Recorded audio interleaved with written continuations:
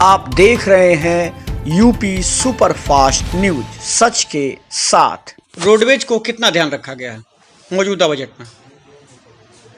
मैं आपको बताऊं कि इस बजट में पहली बार उत्तर प्रदेश सरकार और प्रदेश सरकार की तरफ से पहली बार बजट में 500 करोड़ रुपए का प्रावधान किया गया है और इसके लिए हम सरकार के बहुत ही शुक्रगुजार हैं कि सरकार ने, आदरणीय मुख्यमंत्री जी ने, आदरणीय परिवहन मंत्री जी ने और हमारे जो प्रदेश के नेता हैं जिन्होंने भारतीय परिवहन मजदूर महासंघ के, भारतीय मजदूर संघ के, जिनके सतत प्रयास से ये सफलता हुई। हम बार बार इसकी मांग कर रहे थे और 4 बसें खरीद सकते हैं।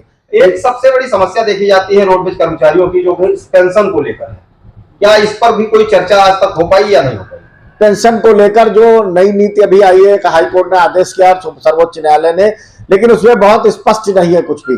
हमारे यहाँ से तो है पेंशन, एक आदेश जारी कर दिया गया, प्रबंध निदेशक महोदय ने जारी किया है, वित्त नियंत्रक महोदय ने।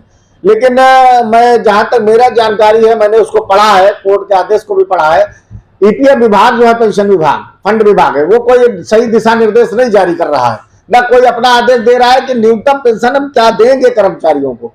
इसका कहीं पर कोई निर्णय नहीं है कि अच्छा, जो बजट आया है उससे क्या बदलाव होने जा रहा है रोडवेज के भीतर? देखिए, हित में या आम जनमानस के हित में क्या क्या बदलाव होने? देखिए, आम जनमानस के हितों के लिए उत्तर प्रदेश राज्य सड़क परिवहन निगम सतत प्रयासरत है। हम लोगों ने, आप लोगों ने देखा होगा कि जब कोरोना काल में सारे लोग अपने घरों में बंद हो गए थे, तो या तो डॉक्टर साहब अपने ड्यूटी कर रहे थे, या पुलिस के लोग कर रहे थे, या मीडिया के लोग सड़क पर थे, या परिवहन निगम का केवल चालक, परिचालक और कर्मचारी अधिकारी सड़क पर घूम रहा था। उसे चिंता नहीं थी कि हमें कोरोना हो जाएगा। हमने सेवा की है, प्रदेश के 36 लाख लोगों को पहुंचाने का काम उनके घरों तक किया है और इससे बहुत बड़ा बदलाव आएगा।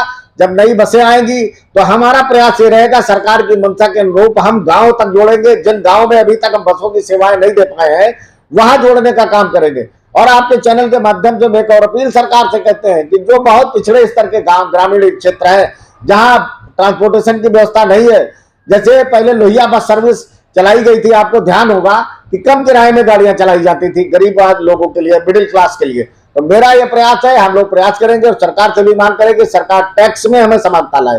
एक चीज और मैं आपके माध्यम से कहना चाहता हूं कि टैक्स में समानता नहीं है अभी। हमसे सरकार 650, परिवहन विभाग जो है 650 रुपया पर बस पर सीट ले रहा है, और वही अगर प्राइवेट बस तैयार होती है तो उससे 250 रुपया पर सीट पर बस लिया जा रहा है। हमसे कहते हैं कि आप बल्क में ज्यादा बसें आपके पास है, 12,000 बसें आप चलाते हैं, इसलिए आप बड़े हैं। लेकिन हम तो जनता के हित के लिए काम कर रहे हैं मिश्रा जी।